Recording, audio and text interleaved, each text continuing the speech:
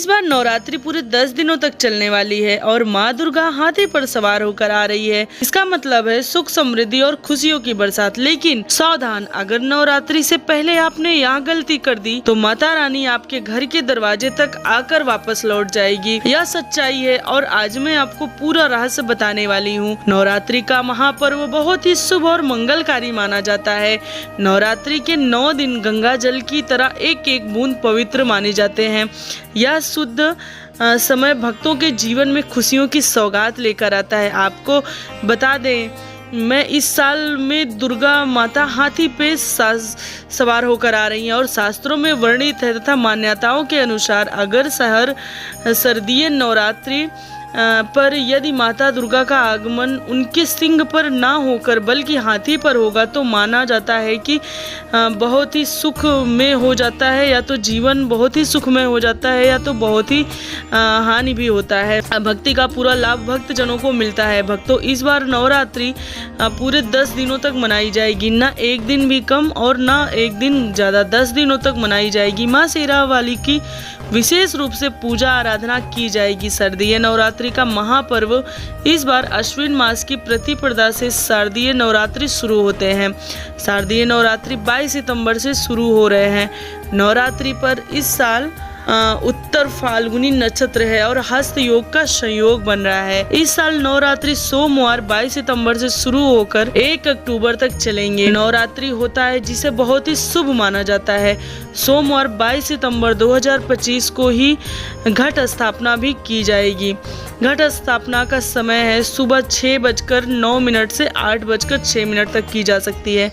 इसके अलावा अगर आप दोपहर को घट स्थापना कर रहे हैं तो 11:50 से 12:30 बजे तक की जाएगी। बहुत ही शुभ मानी जाती है यह दोपहर वाली। इससे समस्त देवी देवताओं की कृपा प्राप्त होती है और पूजा पाठ का फल कई लाख गुना प्राप्त होता है। और उसके घर में माँ वैष्णो का होगा आगमन, माता लक्ष्मी का भी होगा आगमन, क्योंकि माँ लक्ष्मी, वैष्णो माता, माँ दुर्गा सब एक साथ ही आपके घर में आती हैं। आज हम कुछ ऐसी गलतियों के बारे में जानेंगे जो अगर आपके घर में भी होती है तो माँ लक्ष्मी कभी नहीं करती। ऐसे घरों में पूजा पाठ चाहे जितना ही कर लो, माँ लक्ष्मी कभी भी ऐसे घर में रुकती ही नहीं है, नाराज हो जाती है और भक्तों को छोड़कर चली जाती है। भक्तों, पूरी जानकारी के लिए इस वीडियो को अंत तक जरूर देखें और सच्ची श्रद्धा से कमेंट में लिखें जय माँ लक्ष्मी।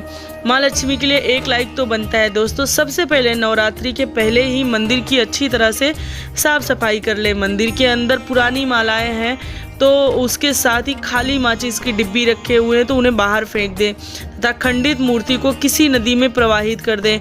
घर में छोटे बच्चों को नवरात्रि का व्रत बिल्कुल न रखने दीजिएगा, क्योंकि उनकी जान को खतरा हो सकता है, क्योंकि इस व्रत में शरीर कमज़ोर होता है और ताकत की चीज़ें नहीं जाने में फिर वह दिक्कत हो जाती है और बच्चों और बूढ़ों को हर चीज़ की छूट होती है। माता शेरावाली की तस्वीर अगर कांच की है तो प्रेम की वह इस बात का ध्यान जरूर दीजिए कि वह हल्की भी कहीं से टूटी ना हो। कांच के बदल वाले ऐसे तस्वीर को जल में विसर्जित कर दें।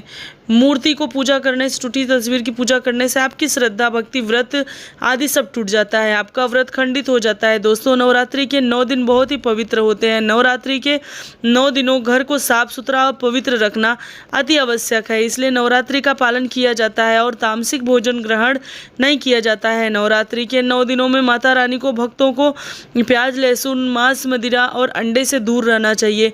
वह नवरात्रि के 9 दिनों में अपने घर में पवित्र चीज़ों को रख लेते हैं, ऐसा भूलकर भी नहीं करना चाहिए। भागवत पुराण के अनुसार नवरात्रि के 9 दिनों तक माता रानी अपने भक्तों के घर में वास करती हैं। अगर आप भी चाहते हैं कि माता रानी आपके घर में वास करे तो आपको अपने घर के वातावरण को पवित्र रखें और नवरात्रि शुरू होने से पहले ही अपने घर से प्याज, लहसुन और मांस, मदिरा को बाहर निकाल दें और अपने घर को साफ रखें। इन वस्तुओं को घर से बाहर निकालने के बाद ही अपने घर में गंगा जल का छिड़काव अवश्य करें। और कोई भी मंगल कार्य करने से सफल नहीं माना जाता जब तक गंगा जल का छिड़काव स्वयं नहीं किया जाता। स्वयं भागवत गीता में श्री श्री कृष्ण ने बताया था। अगर आपके घर में गंगा जल ना हो तो मार्केट से गौमूत्र ला सकते हैं और गौमूत्र लाकर आप गौमूत्र का भी अपने घर में छिड़काव करें। बस थोड़ा सा पानी में डालने से आपके घर का वातावरण पवित्र हो जाएगा। घर में मौजूद नकारात्मक ऊर्जा भी नष्ट हो जाएगी और नकारात्मक ऊर्जा नहीं होती, वहाँ माता रानी का वास सदैव बना रहता है। नवरात्रि के पहले आप अपने पूरे घर की अच्छी तरह से साफ सफाई कर लें। जो भी फालतू सामान है, फटे पुराने कपड़े हैं, उन्हें बाहर निकाल दें। घर में बेकार पड़ा सामान नकारात्मक ऊर्जा लाता है, इसलिए माता के आगमन के लिए घर का दरवाज़ा जरूर सजाना चाहिए। इससे माता रानी आकर्षित होती है और घर के द्वार में प्रवेश करती है। माँ का आगमन द्वारा फूलों दोस्तों कई लोग ऐसे माता रानी की चौकी कागज से बनाते हैं, जो बिल्कुल गलत माना गया है। माता की चौकी के लिए आप नीचे लाल कपड़ा बिछाएं। काला कपड़ा और सफ़ेद कपड़ा भूलकर भी नहीं बिछाना चाहिए। ध्यान रखें, कपड़ा फटा भी नहीं होना चाहिए। भक्तों दोस्तों, अगर आपके घर में देवी देवताओं की खंडित मूर्तियां या फटा हुआ चित्र अगर हो तो उसे किसी पवित्र नदी में विसर्जित कर दें, क्योंकि ऐसी मूर्तियां और चित्र दुर्भाग्य लाती हैं। देवी देवताओं की खंडित मूर्तियों की पूजा ना करें और ना ही घर में रखें, क्योंकि उन्हें घर में रखना भी बुरा माना जाता है। दोस्तों, वहीं अधिकतर लोग अपनी छत पर या घर के मुख्य दरवाजे के आसपास का बहुत कबाड़ इकट्ठा कर देते हैं। अगर आपने भी अपने घर के मुख्य दरवाजे पर अच्छा या खासकर घर की उत्तर दिशा में कबाड़ इकट्ठा कर दिया है तो नवरात्रि शुरू होने से पहले उस कबाड़ को घर से अवश्य ही निकाल दे। भक्तों, यदि आपके घर में कोई बंद घड़ी है तो नवरात्रि शुरू होने से पहले ही अपने घर से उस बंद घड़ी को हटा दीजिए, उसकी मरम्मत करवा लीजिए। घड़ी का बंद होना घड़ी का चलना प्रगति का प्रतीक है। माना जाता है बंद घड़ी समय के पीछे चलने वाली हमारी प्रगति में बाधा डालती है। इन नवरात्रि शुरू होने से पहले ही आप बंद घड़ी को घर से बाहर निकाल दे। दोस्तों, अगर आपके घर में के मंदिर में किसी भी तरह कोई फालतू सामान रखा है, जैसे कि सड़े गले फूल, अगरबत्ती के डिब्बे या माचिस आदि के डिब्बे या कोई भी खाली पैकेट मंदिर में ना रखें, या फिर फटी पुरानी धार्मिक पुस्तक या भगवान के कोई भी फटे पुराने कपड़े जो खिंच गए हो, मुकुट माला जो खराब हो गई, उन्हें आप जितना जल्दी हो सके मंदिर से हटा दें। नवरात्रि से पहले आप अपने मंदिर की और मंदिर के आसपास की साफ सफाई अवश्य ही करें, तभी माता रानी की चौकी स्थापित करें। इसके साथ ही आप अपने ध्यान रखना के स्थान की सफाई भी अवश्य करें, क्योंकि नवरात्रि के दौरान माँ लक्ष्मी भी गृह प्रवेश करती हैं। धन रखने के स्थान पर किसी भी तरह का कोई फालतू सामान, टूटा हुआ सामान या ना रखें।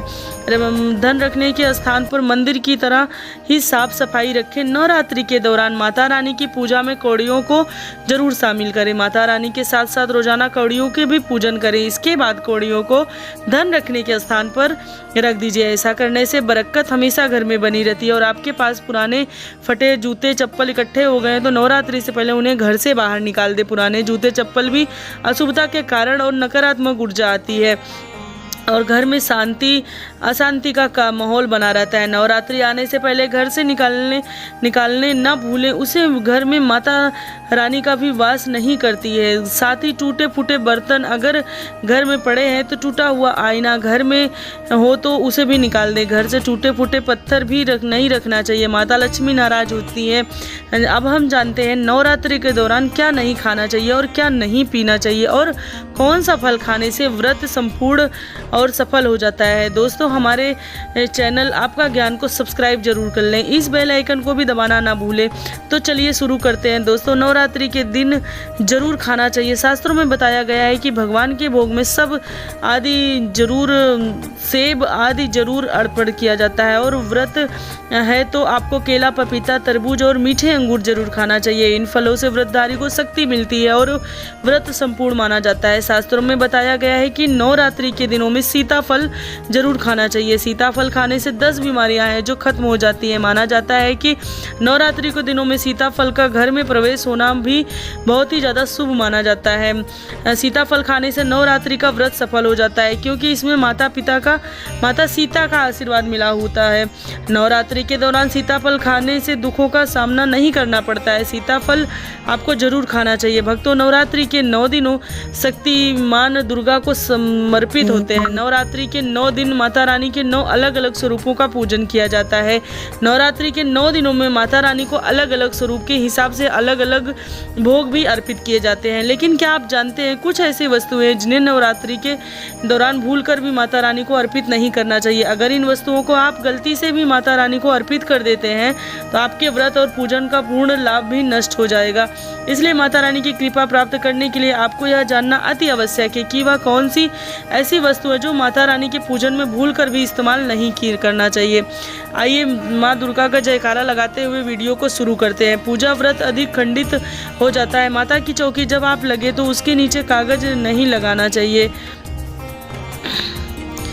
मंदिर के नवरात्रों मंदिर को कभी भी माता रानी की चौकियों को अकेला नहीं छोड़ना चाहिए। नंबर 2, नारियल। हिंदू धर्म में नारियल को समृद्धि, धन, श्रद्धा और सम्मान का सूचक माना जाता है। नारियल को श्रीफल भी कहा जाता है। श्री मंदिर के माध्यम से काशी के सबसे प्रसिद्ध बटुक भैरव नाथ मंदिर में सरसों के तेल का नारियल मांगलिक कार्य में विशेष महत्व होता है। जैसे कि आप सभी जानते हैं कि माता रानी के कई मंदिरों में नारियल से बलि भी दी जाती है और माता रानी के पूजन में नारियल का इस्तेमाल हम सभी करते हैं। खासकर कलश की स्थापना नारियल रखकर ही की जाती है।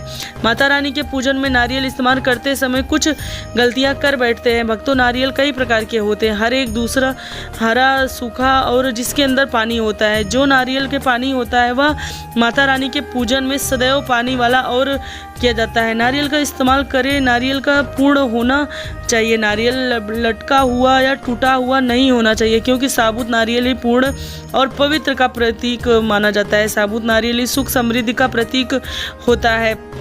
साबुत नारियल को ही श्रीफल यानी माँ लक्ष्मी का फल कहा जाता है। नवरात्रि में माता रानी के कलश की स्थापना करते समय जटा वाला ही पानी वाला नारियल कलश पर स्थापित करना चाहिए। नारियल को सदैव कलश पर ऊपर की ओर लिटाकर रखना चाहिए और स्थापना करते समय नारियल को कभी भी खड़ा करके नहीं रखा जाता। नारियल को सदैव लिटाकर कलश के ऊपर रखा जाता है। साथ ही नारियल को स्थापित करने से पहले अपने नारियल को कपड़े में लपेटकर उसे लाल चुन्नी उड़ाकर आप नारियल के कलश ऊपर स्थापित करें। शास्त्रों के अनुसार कलश के ऊपर जब भी सही तरीके से नारियल रखा जाता है उसी प्रकार नारियल रखा जाता है। यह व्रत और भोजन का पूर्ण फल प्राप्त होता है। यह भी ध्यान रखें कि महिलाएं माता रानी को नारियल अर्पित कर सकती है, लेकिन कभी भी माता रानी के सामने नारियल को भूल कर भी फोड़ना नहीं चाहिए, क्योंकि नारियल बीज रूप होता है और स्त्रियां बीज रूप से ही शिशु को जन्म देती हैं। इसलिए महिलाओं को नारियल नहीं तोड़ना चाहिए। नवरात्रि में माता रानी का व्रत और पूजन किया जाता है, लेकिन नवरात्रि में सबसे ज़्यादा महत्व होता है कन्या पूजन का। दोस्तों, माना जाता है व्रत उपासना के माता रानी जितना प्रसन्न होती है उतना ही कन्या पूजन से भी माता रानी बहुत ही ज़्यादा प्रसन्न होती है। नवरात्रि में छोटी छोटी कन्याओं को माता रानी का स्वरूप माना जाता है और बदले में आशीर्वाद मांगा जाता है। कन्याओं को प्रसन्न करने के लिए गिफ्ट आदि उपहार वगैरह दिए जाते हैं। माना जाता है अगर कन्याओं को कोई भी भेंट दी जाए तो उसे खुशी खुशी स्वीकार कर ली, तो इसका मतलब है माता रानी अर्थात वैष्णो माता ने भेंट स्वीकार कर ली है। जिन पर कन्याएं प्रसन्न होती हैं तो समझो उन्हें माता रानी का आशीर्वाद मिल जाता है और माता रानी की कृपा से उन्हें मुँह मांगा वरदान भी प्राप्त होता है। नवरात्रि में 2 साल से लेकर 10 साल तक की कन्या का पूजन होना चाहिए। माना जाता